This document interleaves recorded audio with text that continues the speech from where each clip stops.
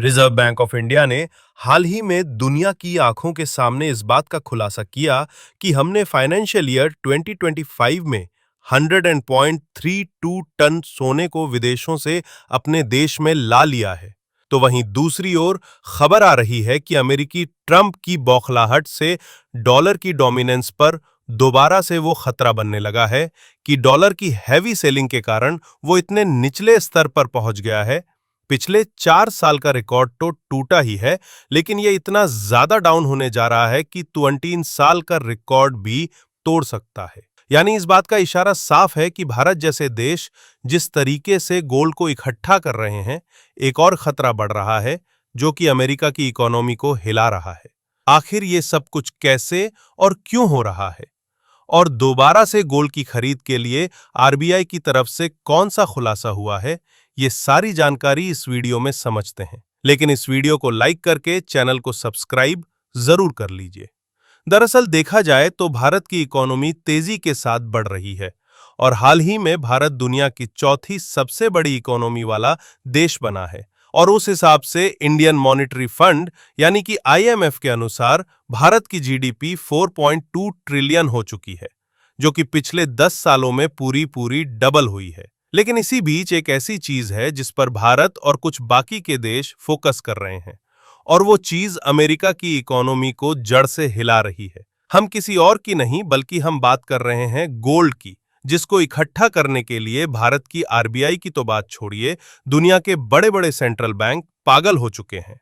क्योंकि इस समय देखा जाए तो ग्लोबल अनस्टेबिलिटी देखने को मिल रही है, और जहां कई देश युद्ध में लिपट रहे हैं तो कई देश एक दूसरे को गिराने की सीक्रेट चाल चल रहे हैं।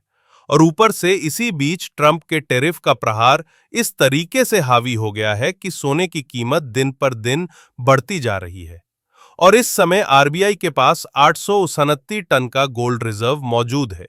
पहले भारत का सोना विदेश में रखा जाता था क्योंकि हमारे पास इतनी सुरक्षा नहीं थी, और हम लगभग 40 से 60% सोना यूके के बैंक ऑफ इंग्लैंड में रखते थे। लेकिन अब जब हाल ही में 100.32 सोना भारत में आरबीआई ने वापस ला लिया है, तो भारत के पास सोने का स्टोर करीब 613 टन हो चुका है। यहां तक कि डॉलर की वैल्यूएशन इतनी गिर गई है कि यूरो, येन, पाउंड और कनाडाई डॉलर सहित कई प्रमुख मुद्राओं के मुकाबले लगभग 4 साल के निचले स्तर पर चला गया है।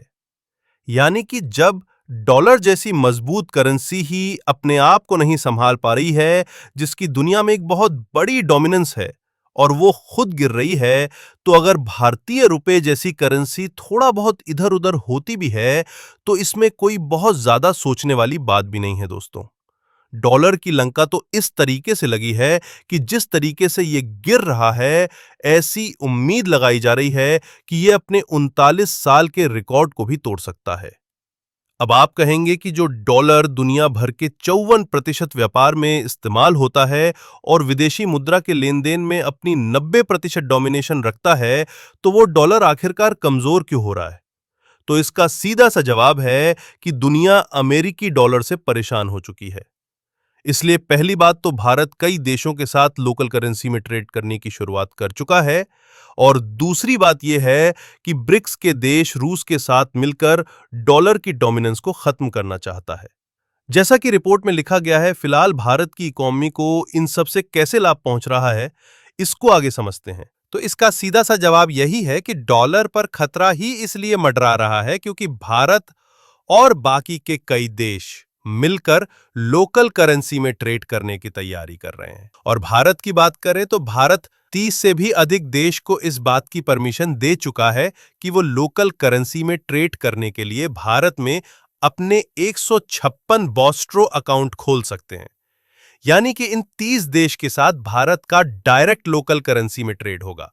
और जब लोकल करेंसी में लेन देन होगा तो बीच में जो अमेरिका स्विफ्ट पेमेंट सिस्टम के जरिए भारत का बाकी के देशों के साथ होने वाली पेमेंट पर नजर रख पाता है, अब वो इस पर नजर नहीं रख पाएगा। और साथ ही जब बीच में डॉलर का इस्तेमाल ही नहीं होगा तो अमेरिका कोई प्रतिबंध न तो लग पाएगा और न ही लगाने की धमकी देकर जबरन कोई काम भारत जैसे देशों से अमेरिका करवा पाएगा। और भारत के अलावा हांगकांग, रूस, चीन, इंडोनेशिया और इसी तरह बाकी के देश जो डॉलर से परेशान हैं वो सब कुछ ऐसे रूल्स ला रहे हैं जिससे डॉलर की धज्जियां उड़ रही हैं। फिलहाल भारत की आरबीआई ने 100.10 टन सोने को वापस लाने का जो आंकड़ा पेश की है, उससे भारत के दुश्मन देश की आंखें फटी की फटी रह गई हैं। उसके लिए कमेंट बॉक्स में भारत को बधाई जरूर दें और इस वीडियो को लाइक करके अपने मित्रों तक शेयर जरूर करें ताकि उन्हें भी जानकारी मिल सके।